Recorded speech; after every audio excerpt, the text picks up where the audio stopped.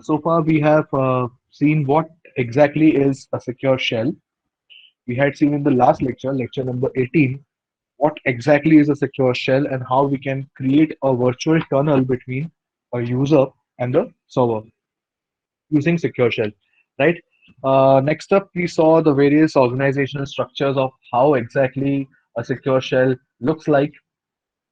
This is somewhat a secure shell where there is a client, there is the server, and all the communication that is happening between the client and the server, which generally happens through the internet, is secured using a secure shell sort of architecture, which is nothing but a virtual tunnel. Okay, so it protects the communication from end to end. Client and the server will then be in a position to communicate freely without any risk of interception or you can say modification by an attacker. Obviously, this is not foolproof. Any particular structure, any particular algorithm is not foolproof because there is still some chance of an attack happening at some point of time. But other than that, 99% we can say that this is secure. Okay, so this is all about Secure Shell. We also saw the various steps in Secure Shell. I will not go in detail because we have already seen what exactly are those steps. The main intention is the communication is secured from client side and the server side, both. Okay, the client authenticates the server authenticates the client.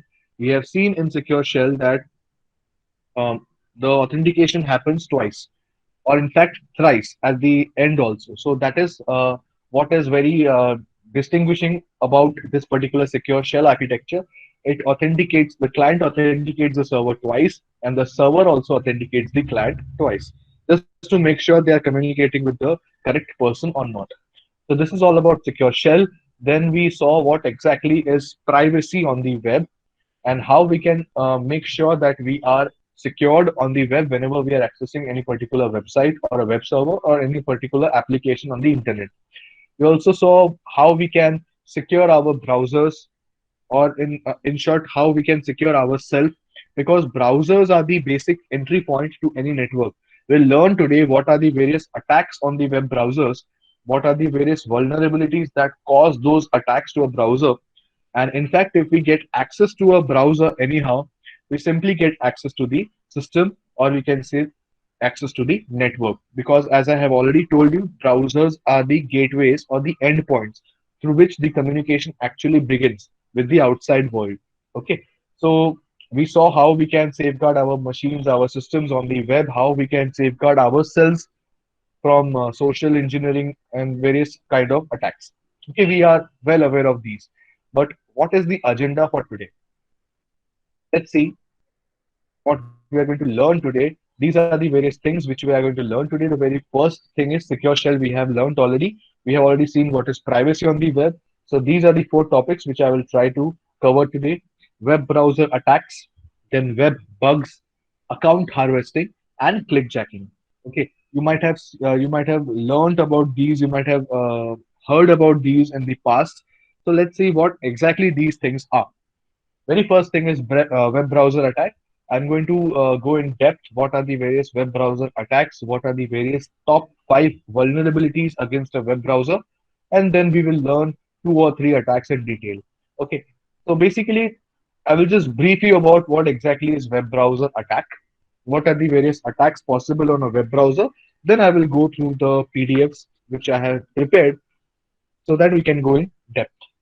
The very common or the most common, I can say, web browser attack is hijacking. What exactly happens in hijacking is, as we all know, hijacking happens once the attacker gets access to the network, right? So once the attacker moves inside the network, gets access inside the network, what he or she can do is they can try to carry out a man in the middle attack. Okay, so basically these are web browser attacks or web-based application attacks.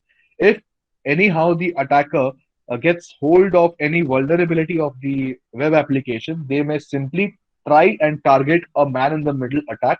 That is nothing but hijacking. So this particular attack may happen even before the web browser is compromised, or even if there is any vulnerability present in the network. If at all there is a vulnerability present in the network, the attacker can sniff the IP addresses and try to carry out some sort of IP spoofing or ARP spoofing sort of attack. And at the end, he or she may hijack the entire session. We already know what exactly is hijacking in detail, but we'll try to focus on what exactly is hijacking and how it is done. Okay. Next up, we can say there is one more sort of attack which is called as replay attack. We already have covered what is replay. We make use of timestamps and counters. We make use of logical counters to avoid replay attacks. Why so? Because once a session ID is generated, once a timestamp is generated, even after the attack happens just 1 millisecond after the time is generated, it will show a different time altogether. Because there will be difference of 1 millisecond, and that will actually change the entire timestamp value. Yes or no? So that is what happens whenever we are trying to carry out a replay attack. The attacker has to be very careful with the timing, because even a slight change of 1 millisecond can cause a huge change in the timestamp. That is what we call as replay attack. This is again a man in the middle sort of attack in which the sent data is repeated or replayed, leading to various results. What exactly happens is, you might have seen, we have already covered incomplete mediation, if you remember. याद है? Kindly let me know. We have seen incomplete mediation. What sort of attack was this? Try to recollect what sort of attack was this. I will provide the recording links by this weekend. We have already covered 18 lectures so far. So go through those lectures thoroughly. We can have a test after this module. As you're all aware, I actually take test after each module. So kindly be prepared with this chapter also. We will take hardly 3 or 4 lectures to cover this entire chapter. Okay. So try to recollect what exactly was incomplete mediation. Then we can come to a conclusion what exactly is a replay attack. Kindly give me answers. Today's lecture is going to be more interactive because I want answers from you all. All these topics have been covered, so it's not that I'm starting with a new topic. I'm just revising the old topics only. Yeah, it's a timing-based attack. Incomplete mediation. Okay, we can say timing-based attack. But what exactly we do? Do we change anything present in the URL? Do we make any changes? Yes or no? Is it a malicious attack? Is it a non-malicious attack? Is it a targeted malicious attack? What sort of attack is this?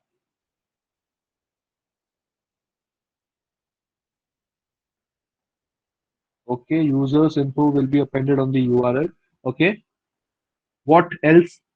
और क्या होता है उसमें? What else happens? Providing wrong info. Okay, I can say that if I'm an attacker, I can change the info. Not wrong info. I will change the information which will actually redirect the traffic to my server or to my website. Yeah, dictionary attack is different. Dictionary attack is totally different. I'm talking about replay attack, or you can say an example could be incomplete mediation, where before even the attack happens, before even the actual communication happens, the attacker comes in between, changes few parameters of the URL, and sends it again to the server. So exactly what happens is, before the response is actually sent from the server, the info bit is changed, the URL is changed slightly so that it redirects to the attacker's web server, or attacker's data is sent to the web server. Clear? So it accepts incorrect data, or I can say malicious data from the user. The malicious data can be in terms of some account number which I might have changed from the actual client's account number to my account number. So all the money will get deposited to my account. Okay. Buffer overflow is totally different, Tejaswani. Buffer overflow is just sending a huge amount of data so that the buffer crashes. This is basically replaying. मतलब एक attack already हो चुका है, I am trying to replay that with different parameters. समझ रहे हो? मतलब basically some transaction has happened. I have bought something from Amazon by providing my user ID. For example, user ID can be appended like this: UID is equal to 101, and cost of that product is equal to 102. So, or what you can say 1020 rupees. So what I can do is I can change the user parameter. For example, the attacker's user parameter is 105. So attacker can change the UID to 105, and he or she can drop the cost of that item to 10 rupees. So basically, the attacker is replaying what has actually happened by copying the URL and trying to replay it again at some point of time so that this sort of an attack can be carried out. So obviously, this attack can be carried out with the help of a browser only. That is why we are learning web browser attacks, either attacks done using the browser or the attacks done on the browser. Both are same. Okay, getting it? Any doubt? Sir ऐसा भी तो हो सकता है ना कि like if कोई bank transaction किया Hmm. तो जितना अमाउंट पहले हमने इसमें से कट किया था उतना ही अमाउंट वो वापस से कट करेगा। सो दो Hmm. बार हमें मैसेज आएगा तो हम लोग सोचेंगे कि हाँ सेम मैसेज गलती से आ गया रहेगा, लेकिन एक्चुअली दो टाइम पैसा कट हुआ हो। That may happen because of some transaction issues. ऐसे सिचुएशन में क्या होता है, बैंक वापस से वो अमाउंट को 3-4 डेज के अंदर वापस क्रेडिट कर देता है नहीं जनरली। बट लाइक अगर हैक करके किसी ने जानबूझ के ऐसा हाँ, किया। हाँ, that can happen, that is again a replay attack, because in that case what will happen, आपका यूजर आईडी वगैरह सब सेम रहेगा, और सिर्फ आपका टाइम स्टैम्प थोड़ा सा चेंज होगा, बाकी everything will remain same. That can happen, but in that case, the attacker will try to change the destination to his account. Otherwise, कोई मतलब नहीं है. For example, I am buying something from Amazon. I'm the client, and here is the server. So what exactly happens is, एक बार तो communication होगा ही between client and server. Attacker can come in between, and the second transaction जो होगा, जो आप बोल रहे हो कि 2 बार ट्रांजेक्शन होता है, उसमें वो अपने जो डेस्टिनेशन एड्रेस है, इंस्टेड ऑफ सर्वर, उसको चेंज करके खुद का बैंक का अकाउंट नंबर दे देगा. This is what actually happens in replay attack. तो basically if you keep the destination same again and again, तो उससे अटैकर को कोई फायदा नहीं होने वाला है. उससे जो एक्चुअल सर्वर है उसमें पैसा जमा होगा. But this is an attack, so attacker wants something of his or her benefit, right? So the attacker may change the destination address, जिससे क्या होगा कि सेम चीज वापस रिपीट होगा, but this time the amount will be credited to the attacker's bank account and not on Amazon's bank account or any other e-commerce bank account. समझा? This is what happens in replay attack. Clear with this? So there has to be some sort of intention from the attacker also, otherwise वो attack करने का मतलब ही नहीं है, right? This is what happens in black hat sort of a scenario. Okay, so that is what we call as replay attack. Next up, we can say malwares. Browsers are available nowadays for free, right? Browsers readily available here. There are multiple browsers which are available on the internet. As I have already shown you, there are various multitudes of browsers available. Some of them might already be very popular. So what happens is the popular browsers जो है उसके downloads बहुत ज्यादा होंगे. So as a result, many people will use that browser. So in case if that browser itself is attacked somehow, and a small sort of malware is injected in that particular browser, so those people who are downloading that browser will obviously end up falling as victims to that particular malware. So as a result, whenever they execute that browser, whenever they open that browser, that particular malware will automatically do its task in the background without you being aware of it. So this is how you can easily spread malwares with the help of browsers. The only thing is you need to have the access to the source code. You need to do some changes to it and post it as the clone of that browser. जैसे मैंने पहले बोला कि Chrome के बहुत सारे clones available है. Similarly, Opera has many clones available. So if the victim is not well aware of all the various differences between the actual browser and the clone of that browser, he may end up downloading that cloned browser, which may be infected with malwares, and as a result, that particular user may fall victim to that particular attack with the help of malwares, right? So this is how browsers directly or indirectly may cause harm to your system. In this case, they are directly causing harm because you're downloading the browser, which actually has that malware, which gets infected, which gets actually activated whenever you open that browser. So this is third type. Fourth is again browser cache. So what happens? This is an indirect sort of an attack. If you're using your browser, if you're using your browser on a public domain, for example, your college. Okay, so Many people access the particular laptops or computers. They may be accessing multiple websites using the same browser. They may not be using the incognito mode. So as a result, what happens is the history correct, the cache memory is having a lot of information about your history, about your activities which you have performed on that browser. So as a result, you may end up creating a dump of that cache. As you might be aware, or we will learn towards the end of this particular subject, whenever we will start with digital forensics, there's a term TCP dump or hex dump. So what we can do is we actually create the dump files. Dump files are nothing but the memory dump.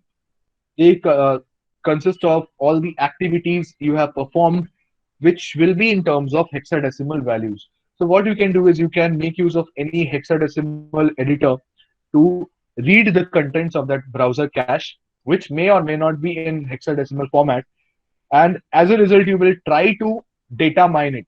Okay, as we all know, if you are having an huge amount of data, we need to mine through it.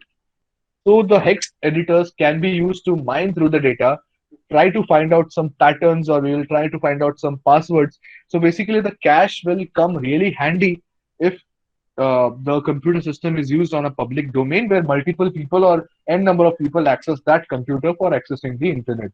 As a result, what happens? The passwords may accidentally get stored into the cache.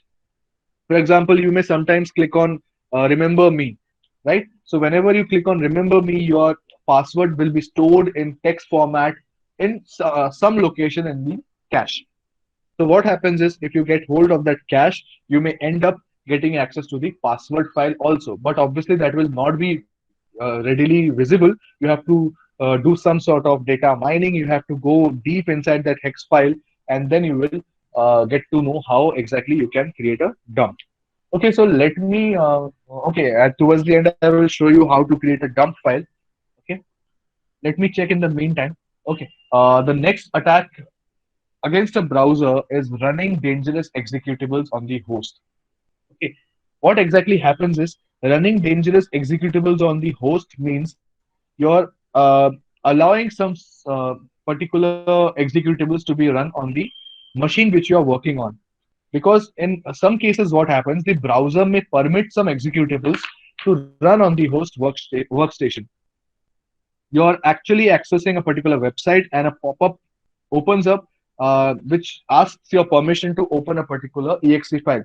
You unknowingly may end up clicking on it, and as a result, your system may actually get compromised just with that single click of yours. So it is very risky. Whichever browser you are using, try to keep it updated. Try to keep your antiviruses updated. As a result, they will keep on running in the background and prompt you whenever such sort of dangerous executables arise. Okay, clear with this? So the next attack, which can be a back and refresh. Again, this is similar to a replay attack. Back and refresh attacks are basically obtaining your credentials and other sensitive data by simply using the back button and refresh button of the browser. What exactly happens once you have got authenticated? I'm just giving a scenario.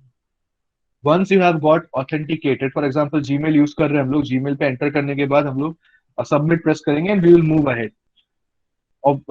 If this is a scenario, if at all after authenticating yourself, you get a call on your mobile phone, it's a very urgent call, you move away from that workstation on which you're working. If some person comes and takes your place, presses the back button, sometimes what happens is because of that cookies and session values, Gmail will not show you the previous page. Obviously, Gmail is not that dumb. Google is not that dumb. What exactly happens is this may happen with a web server which is not actually capable of handling sessions. So what exactly happens is when you're logging into a particular website, you leave your PC and some other person takes your place. And if they press the back button, what happens is they will again see the entire login screen. Normal login screen होता है ना अपना user ID and password का. So if you press the submit button, OK button, and move to the next page, but if the attacker presses the back button again, क्या होगा यहाँ पे already something will be written, right? कुछ तो लिखा रहेगा, यहाँ पे स्टार मार्क करके होगा, यस और no, because that page is now available. अगर सेशंस प्रॉपरली मैनेज कर रहा है वो website, then this page will not appear and you will see that error 404 will happen appear over here. But if the website or web server is not handling the sessions properly, then what happens? This page over here will be shown to the user. And as a result, what next step I can do is I can simply right click and go to inspect element and check what is present inside that password tab. Isn't it very easy? Kindly let me know. Correct. It used to happen a lot previously because the sessions, or we can say the cookies, were not being handled properly. It is very rare with big companies nowadays because they obviously handle your data properly nowadays. They sanitize your pages. Once you click, you are not allowed to move back. Once you move back, your session will expire. This is what happens with the latest websites or web servers. But this used to happen earlier, back and refresh attack. That is why it is mentioned over here. Clear with this, because you can instantly click on inspect element and see what exactly is present inside this particular password tab. ये सबने try किया होगा अपने friends के साथ inspect element use करके password देखो, right? So this used to happen earlier, but nowadays it is not that common. Clear? So next up, accessing the host files. Because what happens is certain attacks allow the browser to send files to an attacker. Now, these files may contain personal information such as banking data, system information, or passwords. So we should not basically allow file access. For example, mobile phones, mobiles, certain applications ask your permission whether I can use this particular file or not, whether I can read or write your uh, file directory or not. So in case you are not trusting a particular website or a particular web application, don't allow read or write access to your file structure or your file system. Otherwise, you may accidentally download some file and keep it inside your file system, which may accidentally get executed and any malicious activity may happen inside your network. So all of this happens through a browser only, because browser is the only interface with which you communicate with the outside world, right? So try to avoid any activity which you are not foolproof, which you are not totally aware of कि इससे अगर कुछ नुकसान होगा या नहीं मेरे system पे. If you are totally aware that this may end up having a ill effect on your machine, try to avoid it altogether, right? Next up, very common, browser history. Browser history obviously contains some sensitive information, which websites you have visited. This will actually create a path for the attacker to carry out a social engineering sort of an attack. If the attacker knows your history, your pattern, what are the various websites you visit, the attacker may try to create a trap for you using social engineering techniques. Okay, so as I had already told you in the last lecture, keep your browser history deleted. Delete it once at the end of the day or whenever you exit that session. Delete it and then close the browser. Okay. Last or second last, I can say, yeah, last only. So it is theft of private info. Basically, again, similar to browser history, browsers are always at the risk of disclosing sensitive information to the strangers on the internet. Obviously, if you're using the browser in a public domain, try to avoid uh, entering any private information or any confidential information using the public Wi-Fi or any browser which not only you but many people are going to access. Okay, so try to avoid entering any confidential information or private information on those public browsers. Even with private browsers, this attack is possible. So just imagine if you are entering your confidential data on a public browser, then anything can happen.